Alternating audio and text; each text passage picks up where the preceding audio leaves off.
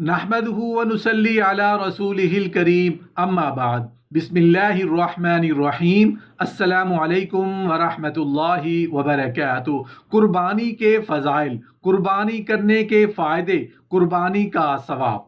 सहाबा कराम रज़ी अल्लाह तआला अन्हुम ने अर्ज़ किया, या रसूलल्लाह, ये कुर्बानी क्या है? कुर्बानी करने में हमारा क्या फ़ायदा है? आप सल्लल्लाहु अलैहि वसल्लम ने जवाब में क्या इरशाद फरमाया कि तफसील जानने के लिए वीडियो को आखिर तक ज़रूर देखिएगा। मोहतरम नाज़रीन, हज़रत इब्राहीम खलीलुल्लाह अलैहिस्सलातु वस्सलाम ने ख्वाब में देखा था कि मैं अपने बेटे को ज़िबा कर रहा हूँ। नबियों का ख्वाब सच्चा होता है और अल्लाह की जानिब से होता है, और ऐसी बात अल्लाह की जानिब से हुक्म दिए जाने के बराबर मानी जाती थी। इसलिए उन्होंने अपने बेटे से कहा कि मैंने ऐसा ख्वाब देखा है, तुम्हारी क्या राय है? बेटे ने जवाब दिया, ऐ अब्बा जान, आपको जो हुक्म हुआ है उस पर अमल कीजिए, आप इंशाअल्लाह मुझे सब्र करने वालों में से पाएंगे। चुनांचे हज़रत इब्राहीम अलैहिस्सलाम अपने बेटे हज़रत इस्माईल अलैहिस्सलाम को मक्का मुकरमा से लेकर चले और मना में जाकर ज़िबा करने की नीयत से एक छुरी साथ ली। नाजरीन के इल्म में इजाफा के लिए बताना चाहते हैं कि मना मक्का मुआज़मा से 3 मील दूर पहाड़ों के दरमियान एक बहुत लंबा मैदान है। जब बाप और बेटा मना में दाखिल होने लगे तो बेटे को शैतान बहकाने लगा। हज़रत इब्राहीम अलैहिस्सलाम को पता चला तो शैतान को अल्लाहु अकबर कहकर 7 कंकरियां मारी, जिसकी वजह से वो ज़मीन में धंस गया। दोनों बाप बेटे आगे बढ़े तो ज़मीन ने शैतान को छोड़ दिया। कुछ दूर जाकर शैतान फिर बहकाने लगा तो हज़रत इब्राहीम अलैहिस्सलाम ने फिर उसे अल्लाहु अकबर कहकर 7 कंकरियां मारी, फिर वो ज़मीन में धंस गया। ये दोनों आगे बढ़े तो फिर ज़मीन ने उसको छोड़ दिया, वो फिर आकर वरगलाने लगा। हज़रत इब्राहीम अलैहिस्सलाम ने फिर उसे अल्लाहु अकबर कहकर 7 कंकरियां मारी, फिर वो ज़मीन में धंस गया। और उसके बाद आगे बढ़कर हज़रत इब्राहीम अलैहिस्सलाम ने अपने बेटे को पेशानी के बल ज़मीन पर लिटा दिया। अभी ज़िबा करने ना पाए थे कि अल्लाह ताला की जानिब से निदा आई, या इब्राहीम कद सदक़्ता रुया, यानी ए इब्राहीम, तूने अपना ख्वाब सच्चा कर दिया। फिर अल्लाह पाक ने एक मेंढा भेजा जिसे अपने बेटे की जानिब से हज़रत इब्राहीम अलैहिस्सलाम ने ज़िबा कर दिया। जैसा कि हक़ ताला शानो का इरशाद है, ज़िबा तो किया मेंढा और सवाब मिल गया बेटे की कुर्बानी का, क्योंकि दोनों बाप बेटे अपने दिलो जान से उस काम के अंजाम देने को तय कर चुके थे और जिसका अल्लाह ताला की जानिब से हुक्म हुआ था। बाप ने बेटे को पेशानी के बल लिटा दिया और बेटा ज़िबा होने के लिए बखुशी लेट गया।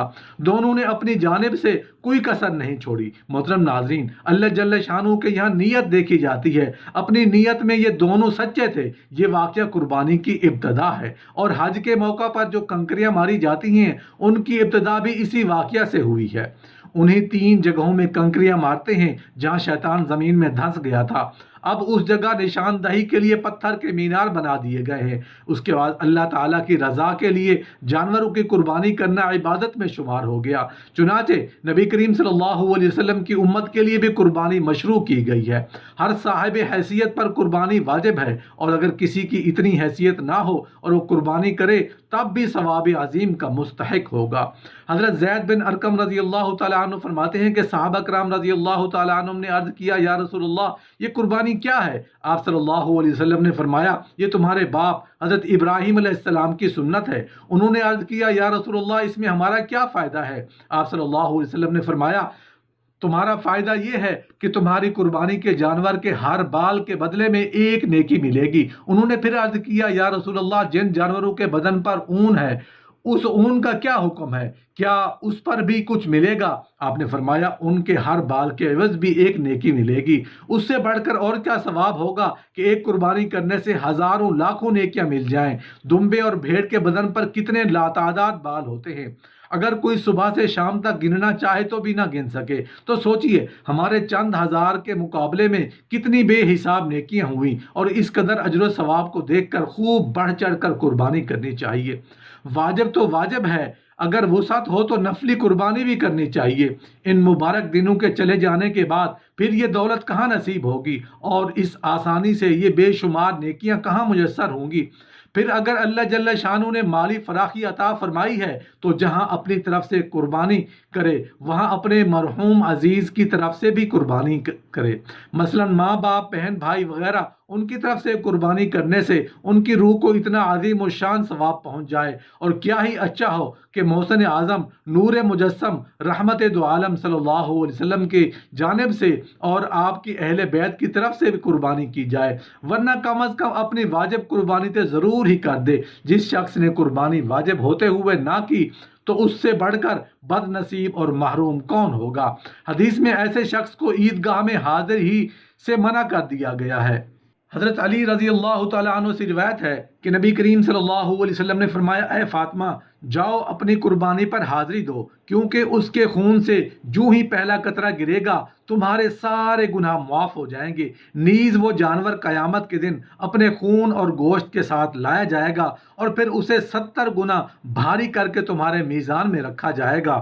حضرت ابو سعید خدری رضی اللہ تعالیٰ عنہ نے یہ عظیم الشان فضیلت سن کر بے ساختہ عرض کیا، یا رسول اللہ، کیا یہ فضیلت عظیمہ صرف آل محمد صلی اللہ علیہ وآلہ وسلم کے ساتھ خاص ہے کیونکہ وہ واقعتاً اس کار خیر کے زیادہ مستحق ہیں، یا آل محمد صلی اللہ علیہ وسلم اور تمام مسلمانوں کے لیے عام ہے؟ آپ صلی اللہ علیہ وسلم نے ارشاد فرمایا، یہ عظیم الشان فضیلت آل محمد صلی اللہ علیہ وسلم کے لیے بطور خاص ہے اور تمام مسلمانوں کے لیے عام ہے، یعنی ہر مسلمان کو بھی قربانی کرنے کے بعد یہ فضیلت حاصل ہوگی۔ محترم ناظرین، اس روایت سے قربانی کرنے کی دو عام فضیلتیں معلوم ہوئی۔ قربانی کے جانور کا پہلا قطرہ گرتے ہی قربانی کرنے والے کی مغفرت ہو جاتی ہے۔ قیامت کے دن قربانی کا جانور خون اور گوشت کے ساتھ لایا جائے گا اور پھر اس کو 70 گنا وزنی کر کے میزان میں رکھا جائے گا۔ اس لیے نہایت خوش دلی اور فراخ دلی سے قربانی کرنی چاہیے۔ واجب نہ ہو تو بھی ان پہ فضیلتوں کو حاصل کرنے کے لیے قربانی کر لینی چاہیے۔ اپنی قربانی کا جانور خود اپنے ہاتھ سے ذبح کرنا افضل ہے۔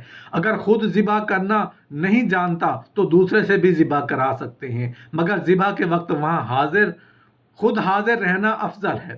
حضرت عائشہ صدیقہ رضی اللہ تعالیٰ عنہ کا بیان ہے کہ نبی کریم صلی اللہ علیہ وسلم نے فرمایا کہ بقر عید کی 10 تاریخ کو کوئی نیک عمل اللہ تعالیٰ کے نزدیک قربانی کا خون بہانے سے بڑھ کر محبوب اور پسندیدہ نہیں، اور قیامت کے دن قربانی کرنے والا اپنے جانور کے بالوں، سینگوں اور کھروں کو لے کر آئے گا اور یہ چیزیں عظیم ثواب ملنے کا ذریعہ بنیں گی۔ نیز فرمایا کہ قربانی کا خون زمین پر گرنے سے پہلے اللہ تعالیٰ کے نزدیک شرف قبولیت حاصل کر لیتا ہے، لہذا تم خوش دلی کے ساتھ قربانی کیا کرو۔ حضرت ابن عباس رضی اللہ تعالیٰ عنہ فرماتے ہیں کہ نبی کریم صلی اللہ علیہ وسلم نے بقر عید کے دن فرمایا کہ آج کے دن کوئی شخص قربانی سے بہتر عمل نہیں لا سکتا، علایا کہ صلہ رحمی کرے۔